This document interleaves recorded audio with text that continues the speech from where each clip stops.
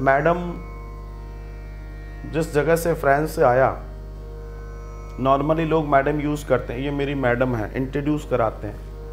Madam शब्द जहाँ से आया है, पहली बार जब मैडम शब्द बोला गया तो उस लेडी को बोला गया जो अपना देह बेचती थी, और फिर जब वो बूढ़ी हो गई, वो देह बेचना बंद कर दी, तो वो एक ग्रुप में रह रही है जहाँ उसके नीचे अनेकों देह बेचने वाली स्त्रियाँ हैं और वो उनके ऊपर बैठी है।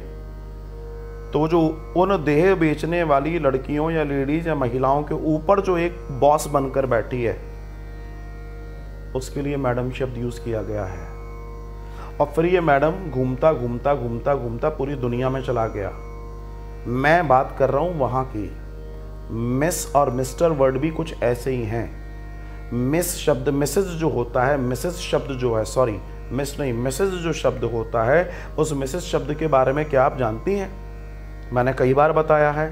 मिसेस का मतलब होता है वो स्त्री और पुरुष जिनके संबंध बिना विवाह के थे, बिना विवाह के जिनके संबंध थे और जिन संबंधों के आधार पर वो बहुत समय तक रहे, अब दोनों अलग हो गए।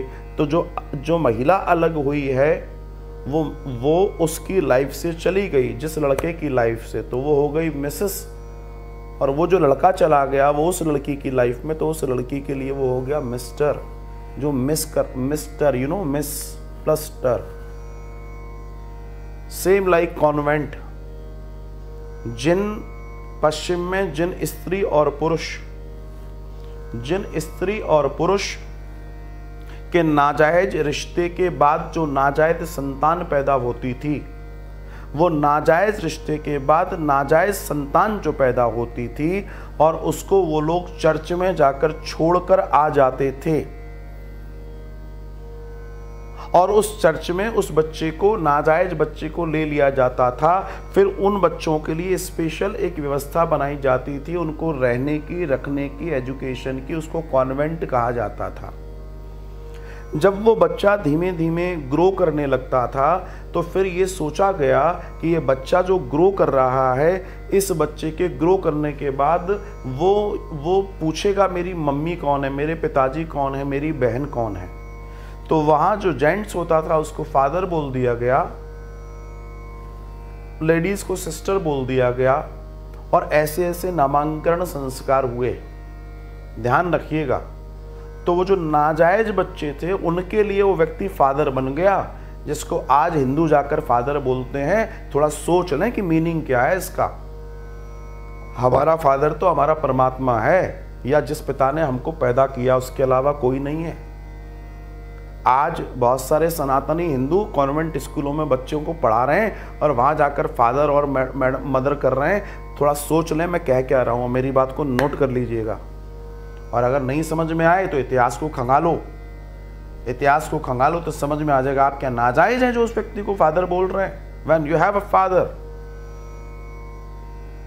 आपका अपना पिता है आपके पास, जिसने आपको जन्म दिया है, जिसने आपकी मां को गर्भधारण करवाया, गर्भधारण संस्कार हुआ। लेकिन सबसे बड़ी बात है कि हम और आप जिस परपाटी में जी रहे हैं, उस परपाटी में हम ये भूल गए कि हमारी सभ्यताएं क्या थी। हम पश्चिम को अडॉप्ट को कर रहे हैं, पश्चिम को अडॉप्ट तो इतनी अच्छे से हम कर रहे हैं कि क्या कहा जाए। लेकिन क्या आपने कभी सोचा है कि जिन वर्ड्स, जिन चीज़ों के पीछे के, इसलिए मैंने आपको कहा थोड़ा सा जाकर चेक कीजिएगा रीनू जी कि what is the real meaning of this particular religion. और अगर आप जाएंगे तो आपको पता पड़ जाएगा कि रिलीजन शब्द का मतलब ही क्रिश्चियनिज्म था।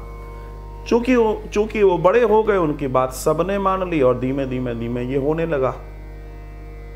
उसी पश्चिम ने आपको नाम दिया इंडियन। इंडियन का मतलब समझते हैं? गुलाम। और आपने बड़े आराम से उनको इंडियन शब्द को अडॉप्ट कर लिया।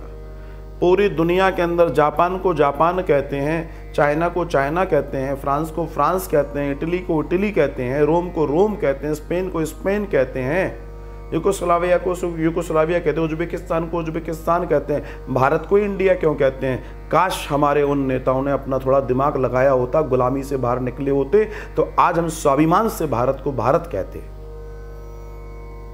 लेकिन लोग इस बात को, इस स्थिति को समझने को तैयार नहीं हैं और यही आज आश्चर्य की बात है कि लोग अधर्म को अपना धर्म मानकर जीवन को जी रहे हैं। तो मैं इसका खंडन करता हूं और मैं ऐसी चीज़ों का विरोध करता हूं। लेकिन समस्या यह है कि आज किस किस को समझाएं और किसको ना समझाएं।